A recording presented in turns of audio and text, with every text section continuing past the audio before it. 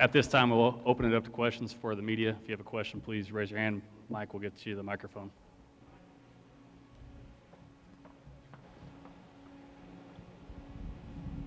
Kelvin, what did it mean to you to have Daryl Morey, James Harden, and Pat Beverly here today? I didn't hear the question. Oh, I love those guys. You know, when you're in the NBA together through the course of a 82-game season, you know, you have so many peaks and valleys. You know, I have I have a great relationship with all the players, but you know, Pat and I clicked, I think, because of his toughness and his ability to lead through how hard-nosed he is and his background. And then James is one of the most humble superstars I've been around. You know, you can challenge James, you can get on him, he responds. You know, I'm gonna be working with college guys, and I'm not gonna get on these guys any harder than I got on James. You know, you know, so when Coach Sampson gets on you, get on James Harden too. It doesn't matter. He wants to be the best player he can be, and if getting better is important to you, that guy right there is a pretty good role model to follow. I don't think Reed Geddes said that after watching you many times while he's working with Big 12 Network.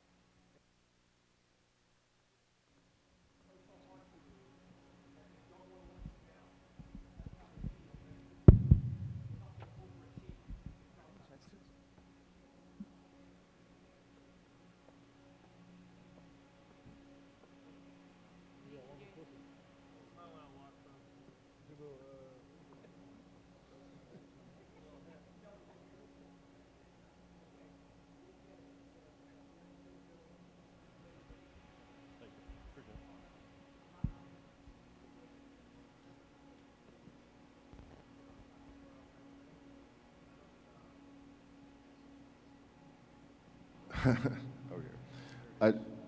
I don't believe in the word overachieve. I think God gave us all a certain ability, and if we maximize our ability, then we didn't overachieve. We just maximized what God gave us. But you know, you get kids to do things for you, you know, relative to what you said, because they trust you. And I think that starts with building relationships. You know, basketball coaches are allowed to get on guys because they trust them. They know that you have their best interests at heart. You know, one of the first things I do when I sit down with a young man is I find out what his dreams and goals are. Then those become my dreams and goals. I'm charged with helping him reach those. Now, sometimes I have to be honest with him and tell him what he needs to hear. And we live in a world where people are, especially kids this age, are being told constantly by people what they want to hear. And sometimes the mature kids understand what they need to hear, and they're able to accept it and move forward.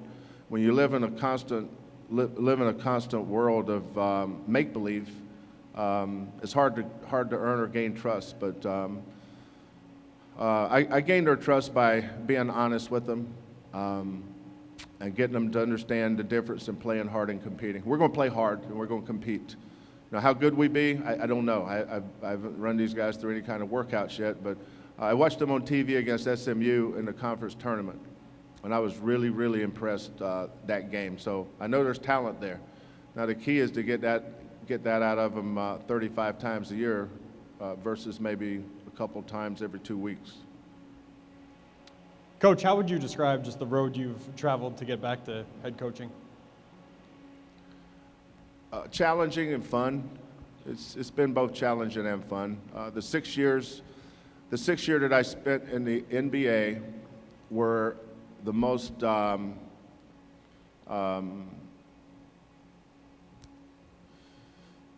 creative learning, I guess the word I would come up with. You know, sometimes we don't know what we don't know. There's a lot of people in this world that think they know everything. I certainly was never one of those, but when I got to the NBA, I found out real quick there's a lot I don't know.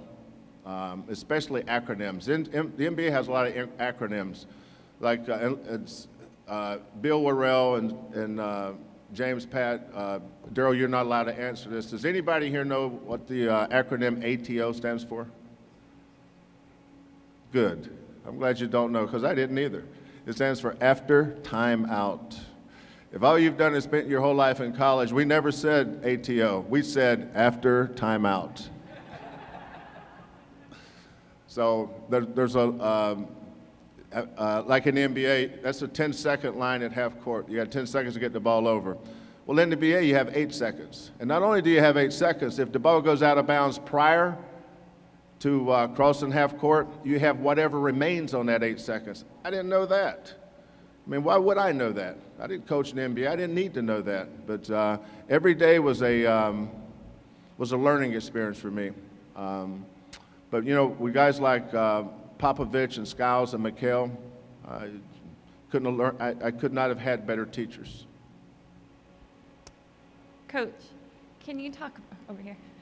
Hey, Jenny. Can you talk a little bit about what you've learned from those caliber coaches, those caliber players at the NBA level that you can bring back to the college game? Yeah, starting with Pop, I learned the importance of relationships with your players, and some of this was affirmation.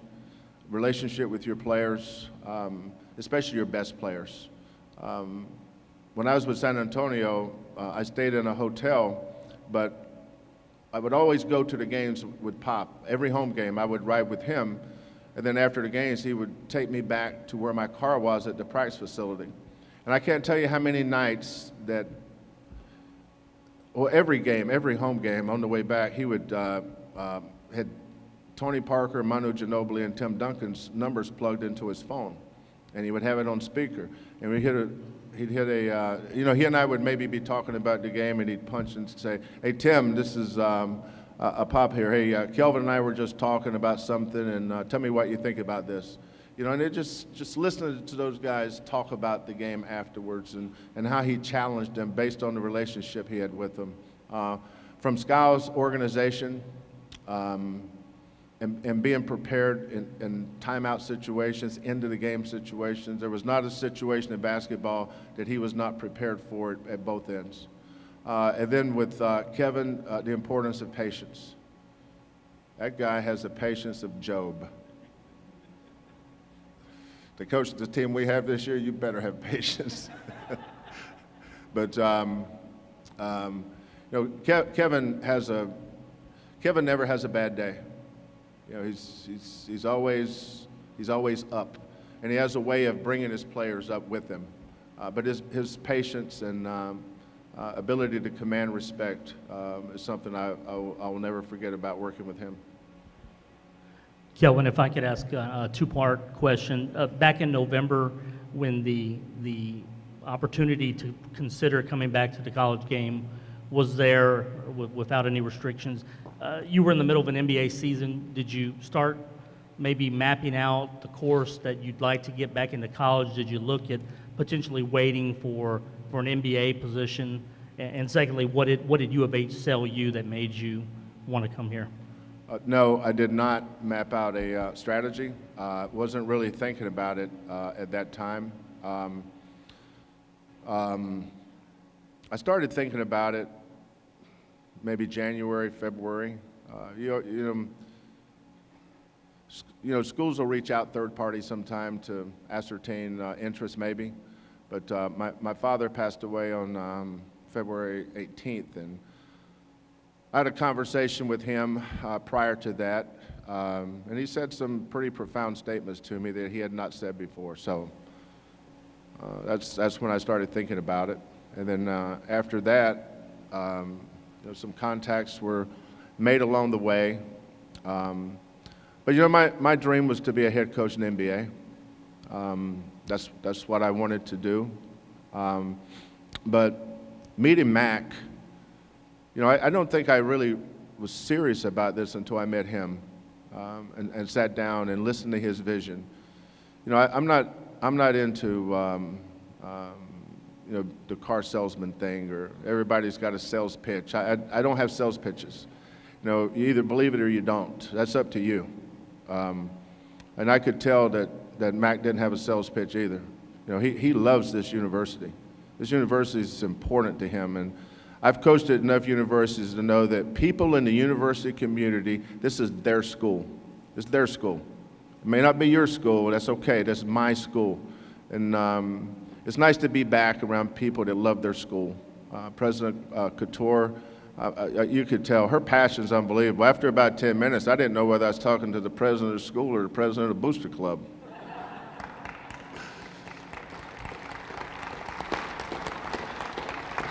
Then she started squeezing me for wins. And then here comes her husband just giving expectations, and I said, slow down. Did I answer it? First and second part? Okay. Coach, do you have a timeline as far as finalizing your staff and filling it out? We're in the process of that right now.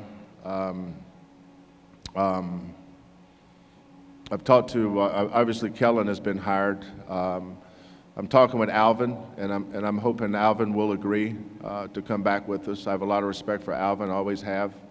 He's a good man, and I need him in this city because I know people respect him a lot. So I'm hoping Alvin will stay, and then we're talking to some other people about those other positions, and we just haven't made any decisions yet.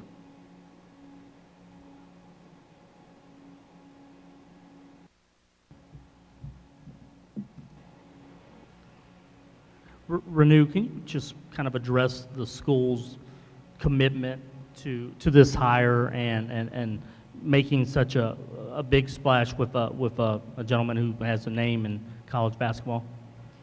Well, just like as the coach said, in 10 minutes you find out if it's the right person, right fit. Within 10 minutes, I knew he's our coach.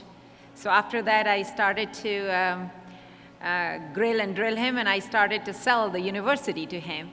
And it doesn't take a whole lot really to sell because what we have here, I mean, it's an incredible place. It's a university on the move overall. We have a great tradition here. This to us is an investment, not just in athletics. Bringing Coach Sampson here is a statement for us, but it's an investment in student engagement. It's an investment in alumni relations. It's an investment in this university's pursuit of excellence. And I'm just very happy and very delighted that Coach saw in us what we saw in the coach, and I think it's a great team here now. And I did count when Coach said we are looking to win 35 times. It's not 30, he didn't say, he said 35, so I'm holding him to that.